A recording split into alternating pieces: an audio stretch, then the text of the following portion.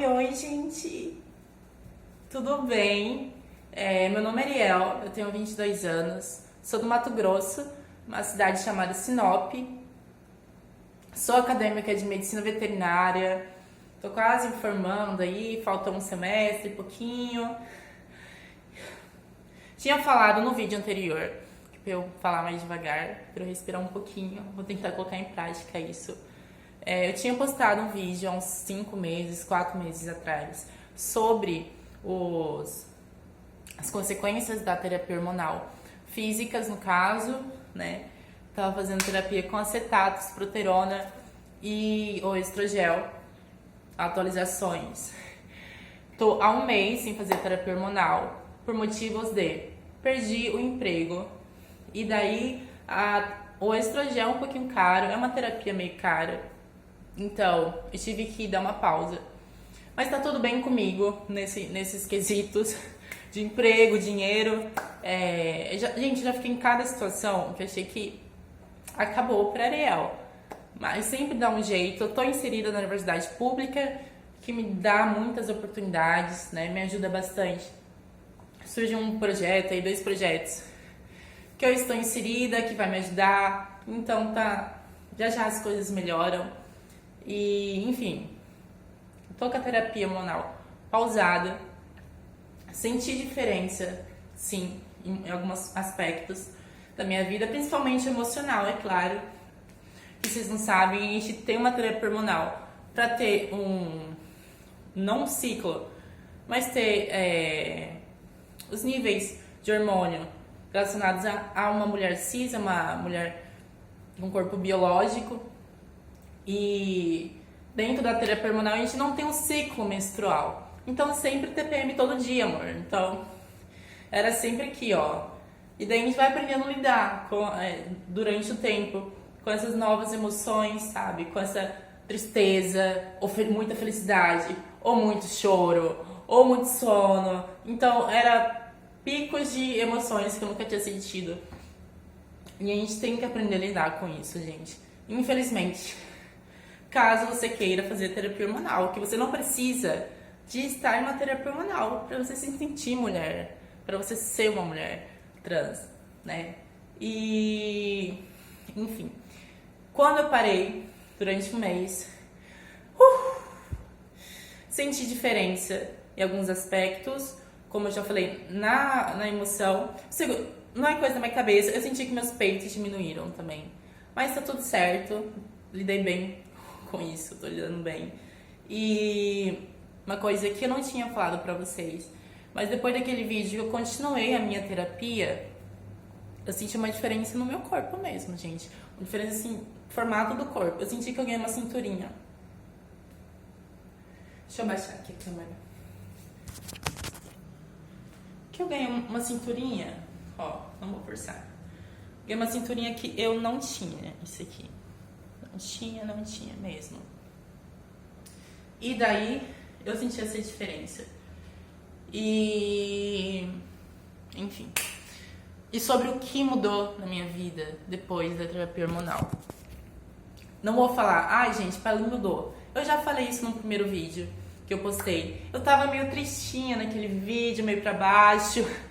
Era uma época que eu tava sentindo muita disforia, não que eu não tenha hoje. Na verdade, a gente só aprende a lidar com a disforia, não que fiz algum procedimento que me ajudou. Na verdade, minto. Fiz um procedimento que tá me ajudando melhor. Que tá me ajudando com a disforia, que é a depilação a laser, né? Aqui, ó. Tipo, já senti alguns resultados. E eu só fiz 2 sessões, gente. Só fiz 2 sessões.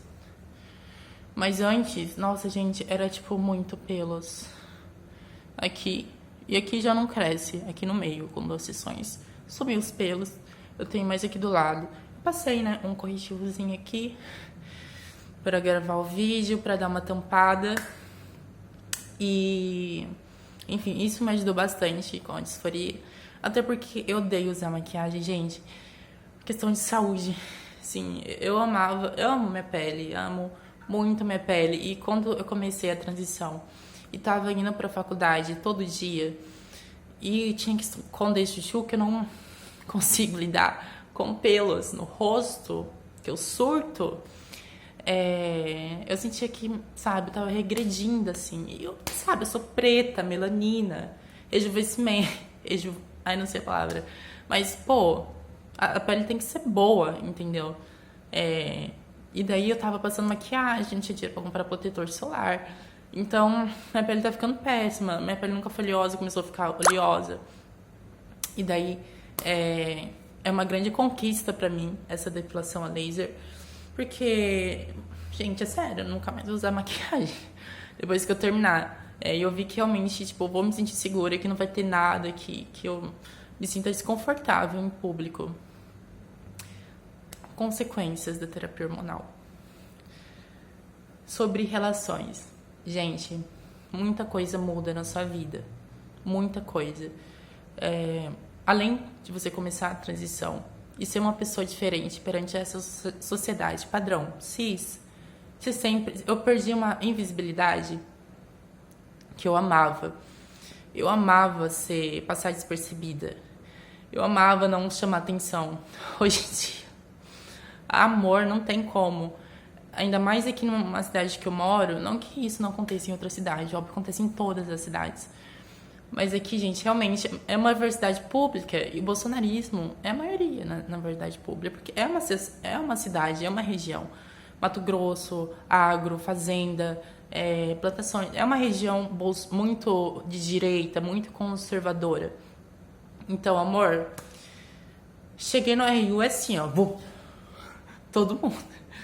E daí isso me atrapalhava muito. E me atrapalha um pouco. Hoje em dia eu lido bem com isso, até porque ninguém paga minhas contas. Eu parei, sabe, de ficar preocupando que as pessoas ligam, porque eu comecei a entender também. Porque às vezes as pessoas não olham com olhar maldoso. Tem gente que tá lá, tipo, arrasou, sabe? E só que eu gostava de ser invisível. Eu gostava de ter uma invisibilidade. E eu comecei a ficar estranha. Tipo, em público. Não estranho, mas com as pessoas que estavam comigo. Eu já não estava mais dentro da conversa. Eu não estava mais interessada nos assuntos deles. Eu estava só aqui pensando, surtando, mano, que tá olhando, o que foi? E comecei a ficar nervosa. Teve um dia no RU que, enfim, já passei situações, tipo, de banheiro, já passei, sabe, aquelas situações desconfortáveis. Foi no mercado lá com uma senhora, mas era senhora, eu fiquei, amor, é isso. Mas teve uma vez no RU que eu tava comendo e tal, com uma amiga. E tinha dois caras, assim, agroboy, tarará. E daí eles estavam olhando muito e tal. Eu já tava tipo, o que foi? O que é? E tal, sabe? Meio tirando uma casseadinha, dando risadinha. E daí quando eu fui, a minha amiga me deu a carne dela. Eu não queria comer a carne dela. Eu fui pegar a carne dela. E daí eles, tipo, eles estão falando, isso aí come de tudo. E daí meu sangue subiu aqui, ó. Tá. Daí eu, tipo, eles estavam bem sim, tipo, 5 metros de mim, uns, sei lá, 3, não, menos. Tava bem perto, assim, numa outra mesa. Eu virei, eu tô cagada? E daí, o cara, oi, eu tô cagada? Tem um vídeo da Rai Pugliese que eu tinha visto no TikTok, foi inspiração. Dele, não, tá não. Deu, ótimo, não para de olhar pra minha cara. E daí, continuei comendo, assim, depois do barraco, todo mundo, assim, em volta, olhando. E foi muito bom colocar pra fora isso. As pessoas acham que tá tudo bem você ficar encarando outras pessoas, assim, tipo, eu não fico olhando, gente. Quando a pessoa é muito diferente ou que chama atenção, tipo, pô, legal, a gente olha, mas vamos ver minha vida aqui. Lá não, eles estavam lá, ó. Tava vivendo ali comigo, tava olhando pra minha cara, não parava de olhar. Daí eu surtei mesmo, eu falei, eu tô cagada, não tô, então para de olhar pra minha cara. E foi muito bom, porque daí eles têm certeza que eles nunca mais vão ficar olhando pra minha cara fazendo piadinha. Enfim, isso muda em relação a você estar em público. Você fica mais atento ao que as pessoas estão achando de você. Fica pensando. No começo eu tinha muito medo de as pessoas souberem que eu sou trans. Mas eu pensei, mano, eu não tenho orgulho de quem eu sou trans. Eu não quero mais fingir que eu sou uma mulher cis. Eu não preciso, sabe? Sou travesti e tenho que ter orgulho disso. Eu comecei a ter orgulho de ser travesti, por ter coragem, E, enfim, dar a cara a tapa aqui onde eu moro. Ai, que calor. E, enfim, uma coisa que mudou. Perdi muitas amizades, gente. Principalmente amizade com homem. Antes da transição, eu tinha muitos amigos. Muito. Não que sejam amigos verdadeiros, tal, mas assim, muito colegas. Era uma pessoa super alta astral. Todo mundo queria ter por perto. Porque, primeiro, era uma pessoa gordinha. E pra me sentir aceita, como eu sempre busquei isso, me sentir aceita, era uma palhaça. Então, assim, era um combo de diversão, sabe? Fazia todo mundo rir e tal. E depois que eu comecei a transição e comecei a me conhecer melhor e ver que tipo de atitude que eu tinha, por que eu tinha, por conta de coisas passadas, de família, porque eu sempre soube que eu sou trans e, enfim, tem rejeição da família, vazou fotos, nudes no ensino médio, tem essa tour que eu posso contar aqui pra vocês. Então, eu sempre tava no holofote, e era um holofote, antes de entrar na faculdade, de chacota. Durante 2 anos, eu não conseguia tirar uma dúvida com o professor, porque eu não tinha coragem, porque eu tinha medo das pessoas olharem pra mim. Era preta, retinta, gorda e afeminada. Era um combo do bullying no fundamental. E quando as fotos vazaram no ensino médio, aí, amor, tipo, foi um caos, assim, sabe? Muito tempo, foi um caos. Tive que fazer terapia, fui pro CAPS, fazer artesanato. E meu sonho era mudar de cidade. E quando eu mudei de cidade, que foi sofrido, gente, sofrido. Minha família não conseguia me ajudar e nem que eles queriam também. Eles não conseguiriam me manter. Como eu tava odiando muito a situação que eu tava. Lá todo mundo me conhecia pelas fotos vazadas, eu fui jogada pra fora do armário.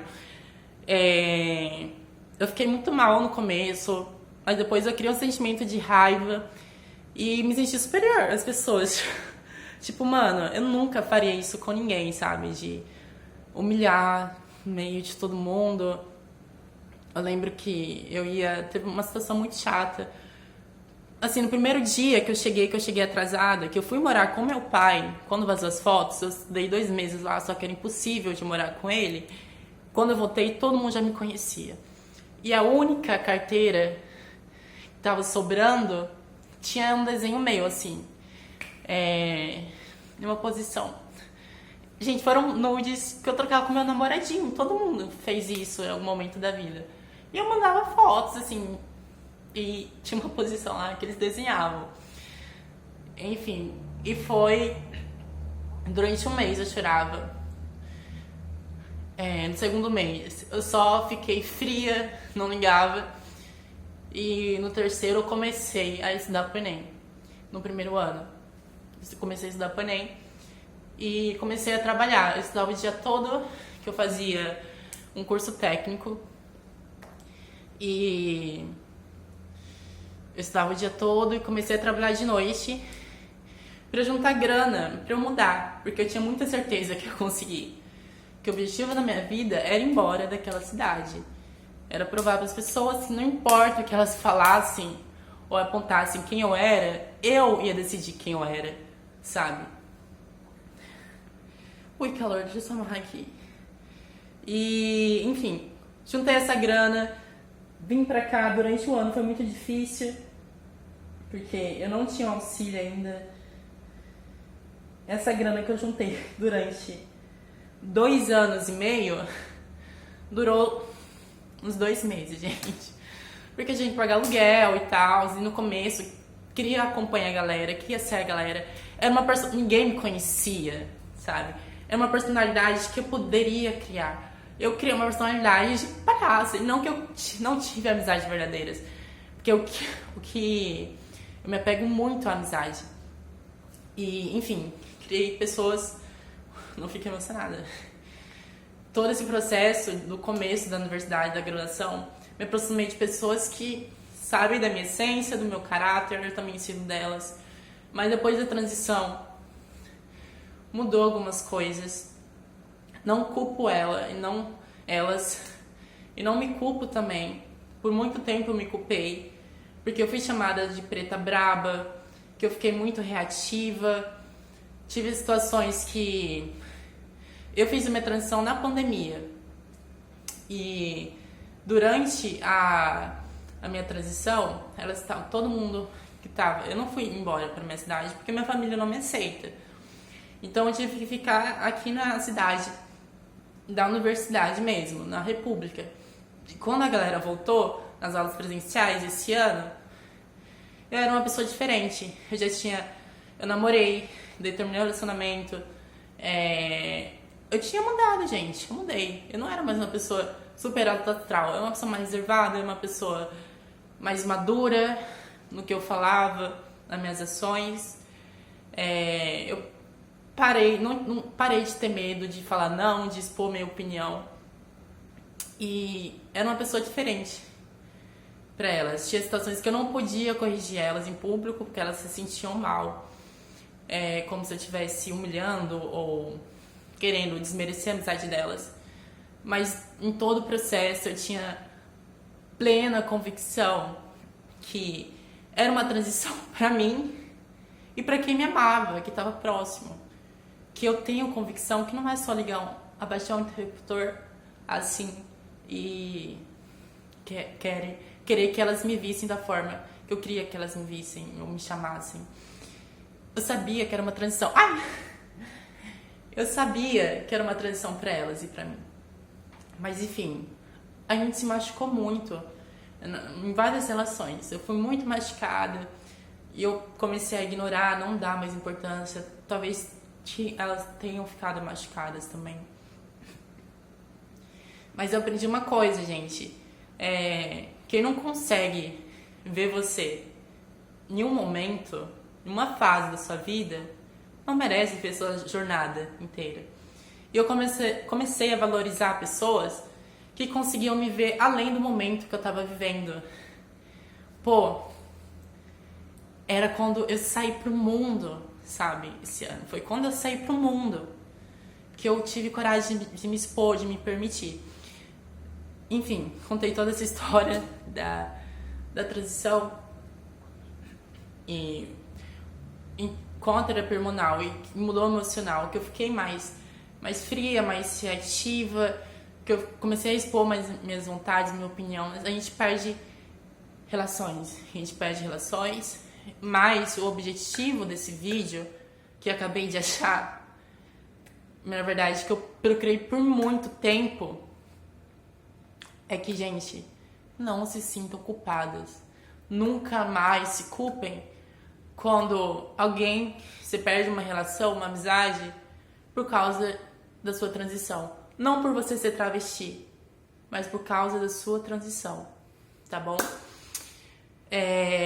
Acho que não tem mais nada pra falar. Vou pensar um pouquinho aqui, beber uma água.